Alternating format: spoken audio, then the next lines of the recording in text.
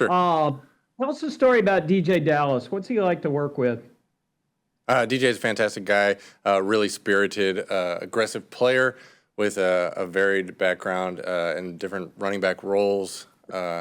Has a lot of special teams experience, returning the ball and covering, as well as blocking. So good to have somebody to help the other guys that has been around and done it. Excited to see him progress on the Panthers so far. Is it rare to have somebody who's good at both of those things, the returning and the coverage part of it? Yes, there are some good examples in Panthers history. Rod Smart, Michael Bates, coverage player, several years ago. There's a few guys. Some of the skills carry over, being fast, being tough, being aggressive, really having a desire to go make a play, lead to that. Some returners don't have the size profile that fits a coverage player exactly the same way, so are kind of precluded from getting experience that way. But there's several guys in the NFL that are doing both successfully. Jeff Hawkins, followed by David Newton. Good morning, Coach. Hey, Jeff. Hey, during the special team drill on Wednesday, did you see any extra attention to detail by the punt return unit? Second part, will there be any changes to the punt return unit on Sunday? I think we practice hard week to week. That's part of it. We're a growing team, so the change would be we're better from a week before, and I would expect to see that same change a week from now. That's kind of the goal. We're going at the same intensity. We're hoping to improve our skills as we gain experience throughout the course of the year and the course of their careers. Changes are necessary because DJ Johnson's was released the other day. He was on the punt team, so we have to adjust to that, and then there'll be kind of the week-to-week variance of who's available and who's not. Evans, would he still be the gunner? Who's that, Evans? Yes.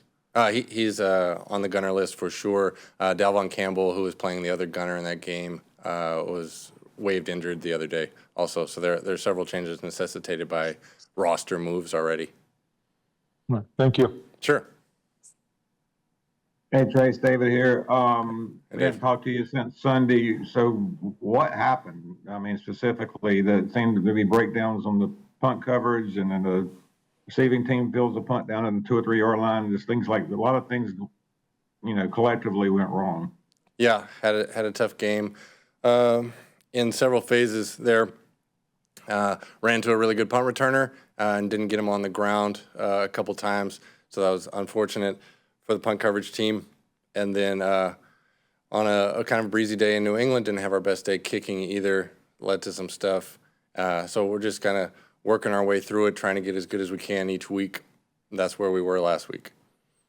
And I know you guys don't like to make excuses for injuries and things like that, but you mentioned DJ Johnson's gone now. He was on your team. You had David Moore, who was there some of the time. I mean, the more injuries that are happening on like offense and even defense, they're taken from your unit, and those guys are playing more. I think I kind of mentioned this last week. That continuity, the communication, everything that goes into what you guys looked like pretty good the first 3 games, how much has that impacted?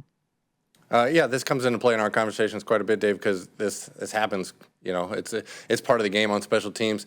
It's certainly easier to deal with the ones that happen leading up to the game, so you have practice, you know what's going on. The ones that happen in the game are a touch more chaotic because generally, if one person goes down, you're replacing that guy with multiple players depending on the phase and the unit that they're on. So you kind of have to patch it together. We took Bryson's spot with several different guys throughout the game. So it's one of those, but that's the name of it. The other teams have the same stuff. You never know what's going to happen. You have to be prepared for all those scenarios. Guys know where they're possibly going to play in the game if something happens. We have multiple scenarios this week as well. If this guy goes up or down on defense, how we have to handle that. We kind of have rotational guys. So no excuse there. That's the name of the special teams game, is that when it's your turn to show up, you have to show up. And if you don't, any play can be the play. We talked about kind of where the top and the bottom are real close together. Any play can get you going up or down. So we have to be ready for each opportunity. I know this, top of your head, do you know how many guys you've had to replace this year so far? No, I don't have a count of that. Okay, is that higher than normal, you think, or than? Not necessarily. You know, it just goes around that. I deal with those one at a time as they show up. No historical record of what that is, and doesn't matter really. You know, at the end of it, if you had to replace them all or everybody played right through, you still have to go get the ball down when you're covering, and you have to take it as far as you can when you're returning. Okay, thank you. Sure. Joe Person. Hey, Tracy, good morning. Hey, Joe. Good morning.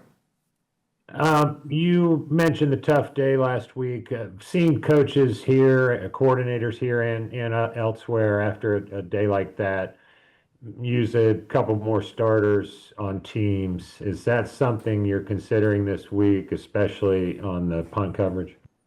I got you. There's benefits to that and disadvantages also if you're changing those a little bit. We'll see how it goes. The Panthers aren't restrictive in any way on that stuff. You want to use your roster as best you can to support all the phases. If you go heavy on using the guys that are playing on defense, you are hurting the defense. That's part of it. So you want to have a team that's equipped to handle all the plays that we have, however many coverage opportunities we have, and knowing that, you know, if you're double duty on somebody, then there's somebody sitting there that's not helping you on that play. So I try to make it match as much as I possibly can throughout the course of the week and then also within the course of a game.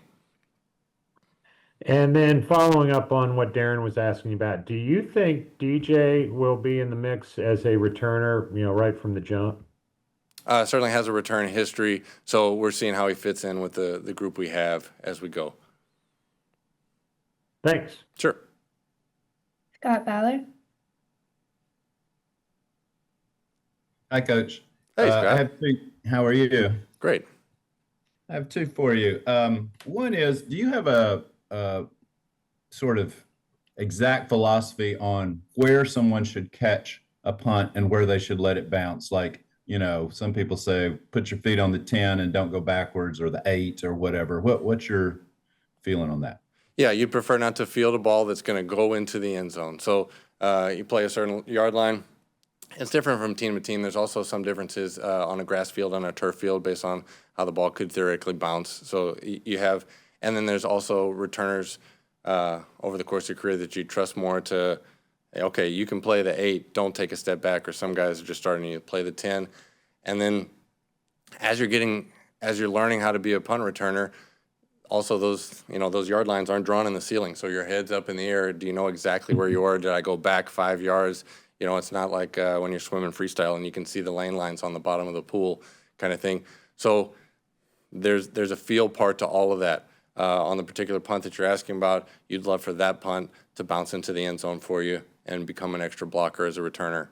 Not everybody's perfect on that. We've seen other punts fair caught inside the 5-yard line. You know, that's kind of part of the game.